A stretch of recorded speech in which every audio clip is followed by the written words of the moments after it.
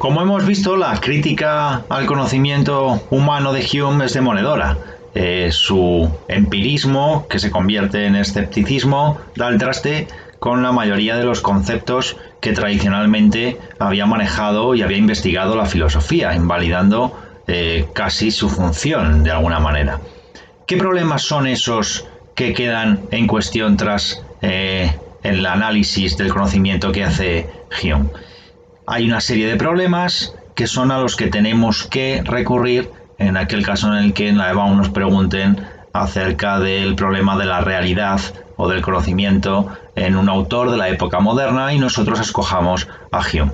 Aquí tendríamos que hablar en primer lugar de la cuestión del método inductivo. ¿Por qué?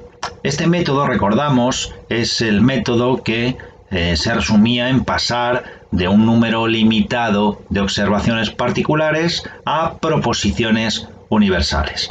Y vimos que desde Copérnico, Galileo, Newton, todos los científicos que protagonizan esa revolución científica, se hacía imprescindible para la ciencia el método inductivo. No podía hacerse ciencia practicando otro tipo de método, por lo menos ciencia de tipo experimental. Bien, además recordamos que para Hume no había ideas innatas, era imposible. ¿Por qué? Porque no podemos asumir que haya algo en nuestra mente, en nuestro espíritu, que no se haya forjado a base de experiencias. Entonces todas aquellas ideas innatas que defendían los filósofos racionalistas no tienen ningún sentido, pues no tenemos experiencia directa de esas cosas ni tenemos impresiones a las que reducirlas. ¿Esto qué quería decir? Que no existan ideas innatas implica que la abstracción, que era lo propio del método deductivo, no es válida, no funciona, no es posible ningún tipo de deducción porque para eso tenemos que postular la existencia de ciertas ideas, como las ideas innatas. Ahora bien, esto parece que le lleva a Hume a pensar que el único método válido entonces para la ciencia es la inducción.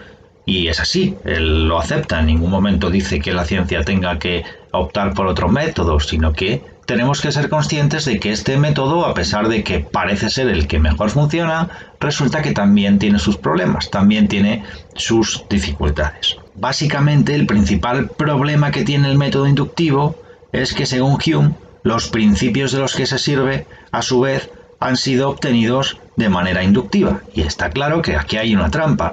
No podemos demostrar algo y utilizar aquello que tenemos que demostrar en la propia demostración. Es algo que no tiene sentido. El método inductivo se apoya en razonamientos y en generalizaciones que, según Hume, no están libres de abstracción. Esto lo vemos muy claro si traéis ahora a la mente la idea de cisne. Probablemente, si la tenéis ya en mente, os estéis imaginando un cisne blanco, es lo común. Normalmente todo el mundo, cuando piensa en un cisne, piensa en ese animal con su pico, con sus plumas, con sus alas, de color blanco. Bien, esto nos lleva a poder decir que todos los cisnes son blancos y creemos tener una verdad ahí, ¿no? Que todos los cisnes son blancos. Bien, hemos obtenido una verdad que parece bastante sólida mediante un argumento inductivo. ¿Por qué? Porque hemos ido a ver todos los cisnes que hay en la naturaleza y hemos comprobado que todos los cisnes con los que nos hemos encontrado, con este animal de este tipo, son cisnes blancos. ¿Qué pasaría si encontrásemos un cisne de otro color? Esto fue lo que pasó. En el siglo XVII, en una expedición a Australia, unos exploradores descubrieron que había cisnes negros.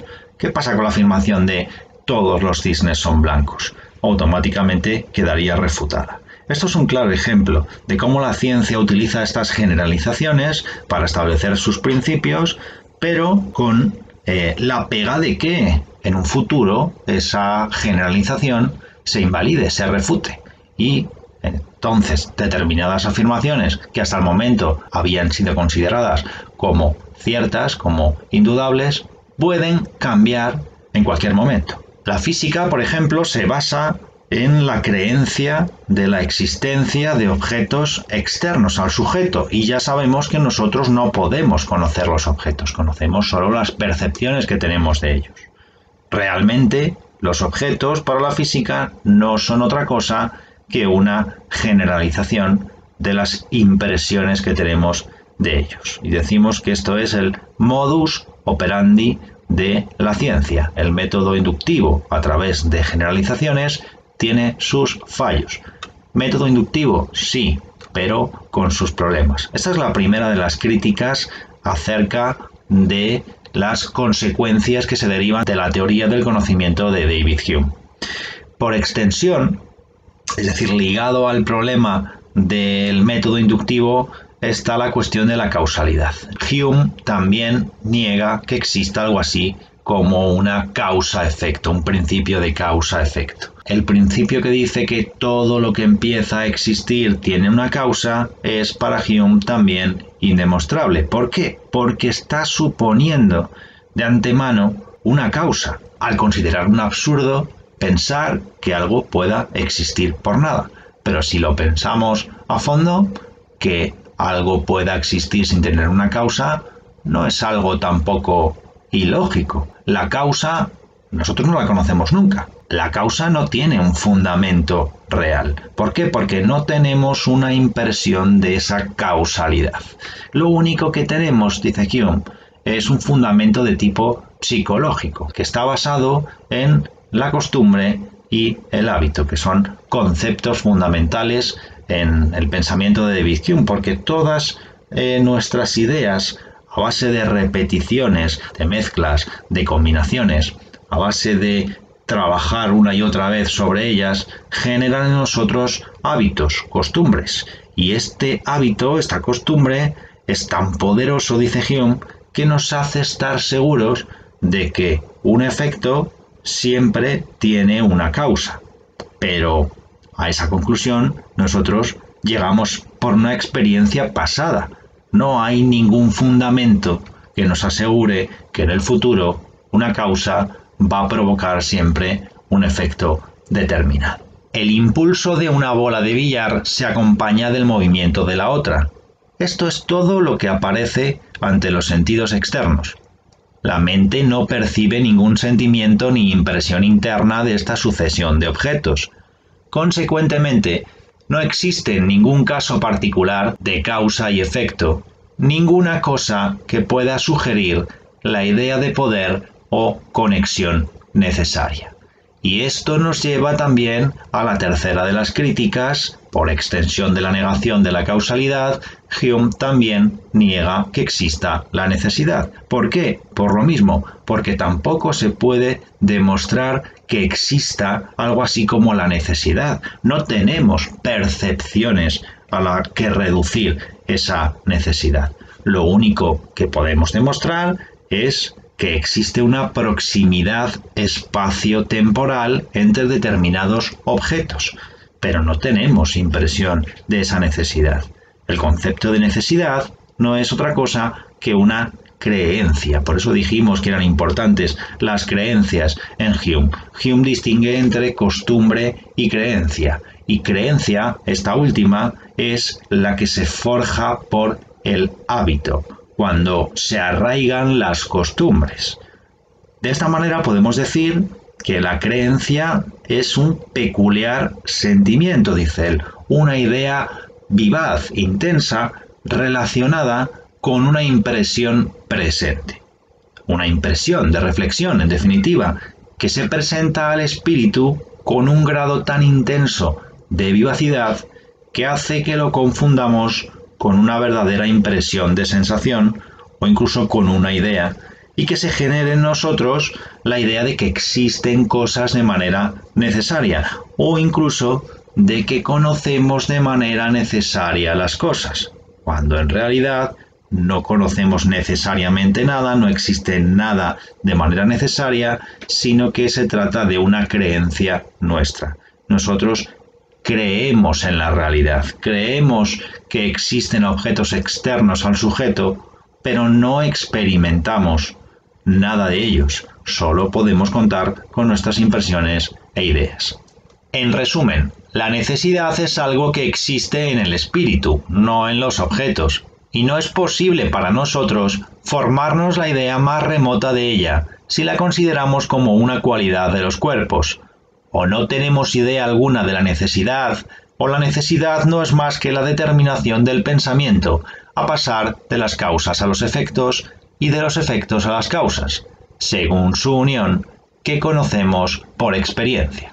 Y así llegamos a la cuarta de las críticas, la negación de la sustancia. Esto, digamos, es el punto principal, la discrepancia principal con el pensamiento de su maestro Locke. Ya sabemos que es el iniciador del empirismo. Locke, de alguna manera, en su filosofía salvaba todavía la noción de la sustancia, creía todavía que sí existían sustancias. Pero para Hume, nuevamente, la sustancia no es más que el fruto de la dinámica combinatoria de la mente, ya lo sabemos, y no podemos tener certeza acerca de si existe un correlato de esa sustancia en la realidad.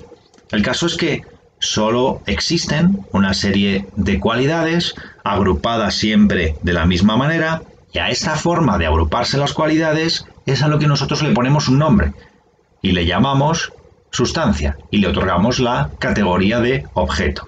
Pero en realidad, como sabemos, solo podemos contar con nuestras percepciones.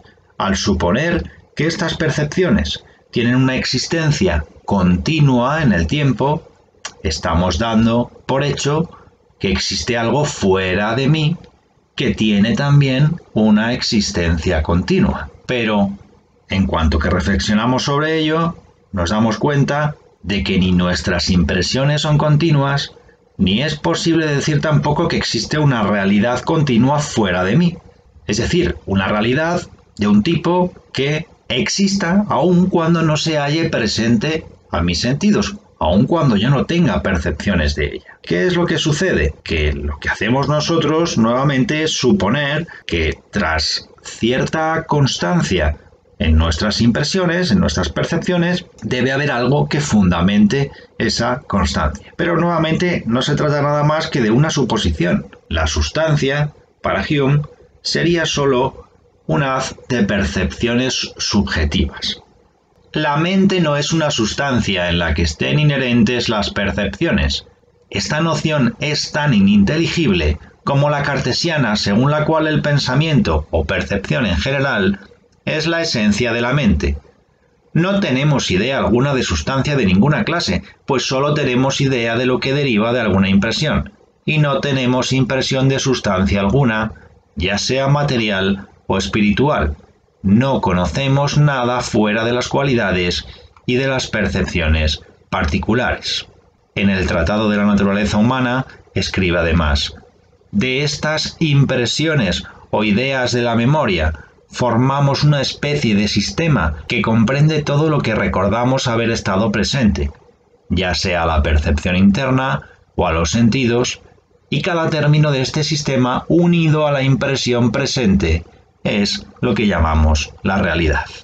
El problema de la sustancia para Hume es que ni siquiera entendemos cuál es el significado real de ese término, la sustancia. Así que hablar de que existe, piensa él, es ya pues una pérdida de tiempo, es un ejercicio intelectual vano completamente. Ahora bien, si no existe la sustancia, ¿qué pasa con la sustancia infinita? Ahora lo que vamos a hacer es desmontar toda la construcción deductiva de la realidad que había hecho Descartes. No tenemos sustancia. Eso de que existan tres tipos de sustancia para Hume es algo muy ininteligible, no se puede comprender, no tiene mucho sentido. Pero la consecuencia de esto, lo más importante es qué pasa con la sustancia infinita, qué pasa con Dios. Ya vimos que a lo largo de la historia de la filosofía es una de las preocupaciones hasta el momento más importantes para los filósofos, la cuestión de Dios, de demostrar su existencia o no, de poder decir qué cosas podemos conocer de él, si lo podemos conocer o no. Pero para Hume tampoco tenemos una impresión de lo que sea Dios, no tenemos percepción de ella y de esta sustancia infinita. Y esto, dice Hume, es algo en lo que parece haber un gran acuerdo. Hume hasta el momento no se encontró a nadie, y yo tampoco me he encontrado a nadie que me haya convencido de que ha tenido una experiencia directa de lo que es Dios. Es decir, que para demostrar a Dios a lo que recurrimos no es a la experiencia, no vale tampoco recurrir al principio de causalidad, ni tampoco sirve recurrir a las ideas innatas, porque como hemos visto, todo eso ya no tiene ningún sentido, no tiene ninguna validez. ¿Qué es lo que propone Hume? Que lo único que podemos en este punto hacer es mantener una posición agnóstica. El agnosticismo es una doctrina filosófica que considera inaccesible para el conocimiento humano todo lo que no puede ser experimentado y no puede ser demostrado por la ciencia. Es decir, que desde el punto de vista filosófico, según Hume, solo se puede ser agnóstico, ya que no podemos decir ni que exista Dios, no tenemos ningún argumento válido para demostrar la existencia de Dios, pero tampoco tenemos ningún argumento válido para demostrar su no existencia. Así que la cuestión de Dios es otra pérdida de tiempo en la que se ha enredado la filosofía, según Hume. Y la sustancia pensante. Ya hemos visto que no hay res extensa, que no hay res infinita. ¿Qué pasa con la res cogitans? Pues que, según Hume, aún admitiendo la validez de la duda metódica de Descartes, que nos llevaba, como vimos, a la conclusión de que existe una primera verdad indubitable, una certeza absoluta, y es que yo pienso, aún admitiendo la validez de ese proceso de duda metódica, dice Hume, al final lo que se demuestra es que hay pensamientos que son indudables. Ya lo vimos que caíamos en el solipsismo cuando alcanzábamos esa primera certeza absoluta en Descartes. Existe solo un pensamiento, pero que existan pensamientos que son indudables tampoco me lleva a pensar que exista un correlato de el alma, del yo, del sujeto, de la conciencia, de la mente. Nuevamente, eso es una ficción que el ser humano inventa. No existe un correlato real entre pensamientos indudables y un yo o un sujeto. Tampoco entonces tenemos impresión del yo, de la mente, del espíritu. Pensemos que el alma, la mente, el espíritu, el yo es como una cebolla.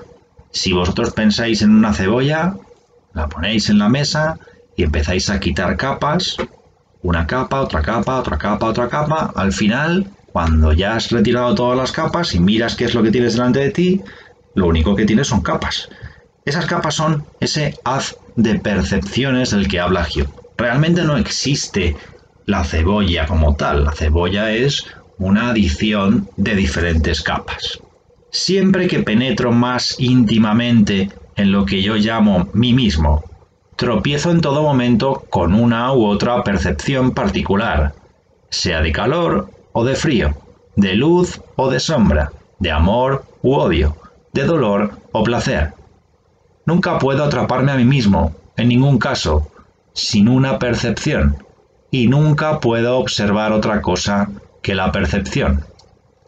Lo que llamamos espíritu no es más que una multitud o colección de diferentes percepciones unidas entre sí por ciertas relaciones y que se supone, aunque falsamente, hallarse de una simplicidad e identidad perfecta.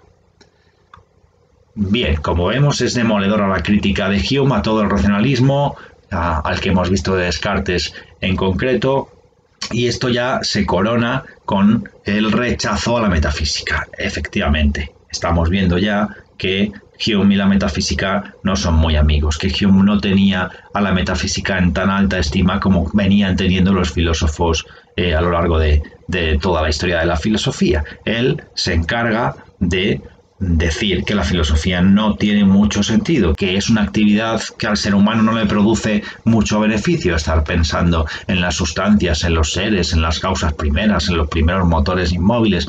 Todo eso no tiene mucho sentido para él. ¿De qué trata la metafísica en definitiva? La metafísica trata de desentrañar, ya lo sabemos, el ser de las cosas, la realidad última, cosa para Hume completamente imposible. ¿Por qué? Porque solo contamos con nuestras percepciones, con esas ideas e impresiones.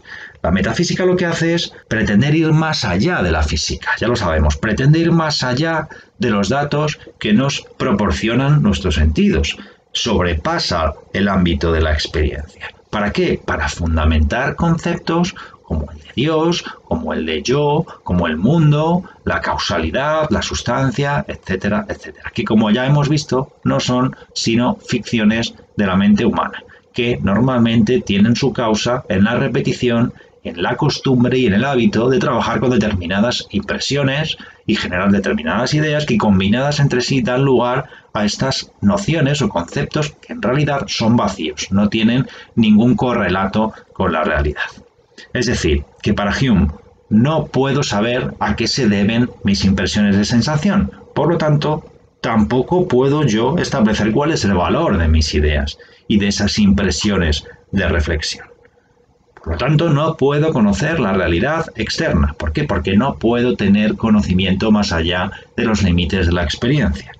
Y esto, como conclusión, le lleva a pensar que entonces el conocimiento no se puede fundamentar, que la metafísica sea entendida como la ciencia del ser en tanto que ser o como teoría del conocimiento, que es como se venía concibiendo en la época moderna. No es posible fundamentar el conocimiento de ningún tipo. En esto consiste su escepticismo. Todo nuestro conocimiento se reduce a conocimiento de fenómenos. El fenómeno no es otra cosa que lo que es, lo que aparece, lo que se muestra al entendimiento.